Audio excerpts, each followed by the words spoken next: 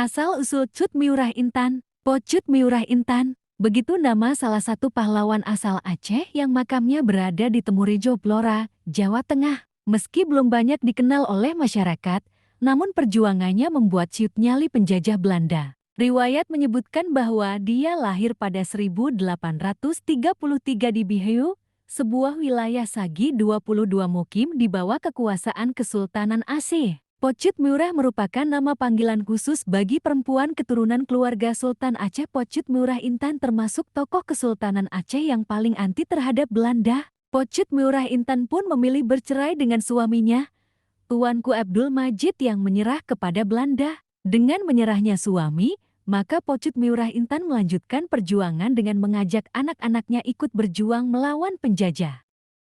3 putra buah pernikahan dengan Tuanku Abdul Majid, yaitu Tuanku Muhammad Bati, Tuanku Budiman, dan Tuanku Nurdin. Ketiga anaknya dengan gagah berani turut berjuang melakukan perlawanan terhadap Belanda. Hingga pada Februari tahun 1900, Tuanku Muhammad Bati tertangkap oleh pasukan Belanda di wilayah Tangseh, Pidi. Kemudian, Tuanku Muhammad Bati dibuang ke Tondano, Sulawesi Utara, pada 19 April tahun 1900. Tertangkapnya putra sulung tak membuat Pocut Miurah Intan surut. Dia justru makin gencar berjuang. Cintanya dengan tanah kelahiran dan kepercayaan pada agama ditambah pengaruh dari cerita hikayat Perang Sabil membuat Pocut Miurah Intan pantang mundur.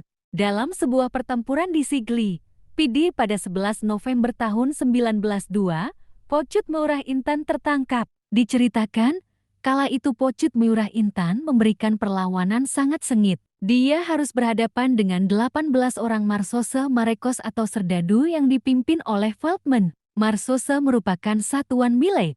Meski sendirian, Pocut Miurah Intan tak kenal takut. Dengan senjata rencong di tangan, dia memberikan perlawanan. Meski menderita luka parah, dia tak menyerah. Bahkan, dia menusuk seluruh pasukan marsose. Pocut Miurah Intan menderita luka sangat parah di sekujur tubuh.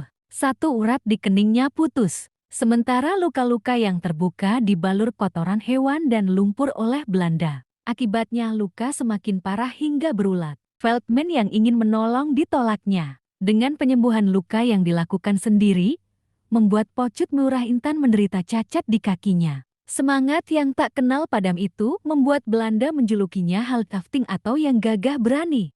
Setelah sembuh, dia bersama seorang putranya, Tuanku Budiman, dijebloskan ke penjara di Kutaraja, Banda Aceh sekarang. Sementara itu, Tuanku Nurdin tetap melanjutkan perjuangan. Hingga pada 18 Februari tahun 1905, Belanda menemukan tempat persembunyian Tuanku Nurdin di Desa Lokaju. Tuanku Nurdin ditahan bersama ibu dan kakaknya. Pada 6 Mei tahun 1905, Pocut Miurah Intan bersama kedua putranya dan seorang keluarga Sultan Aceh bernama Tuanku Ibrahim dibuang ke Blora, Jawa Tengah.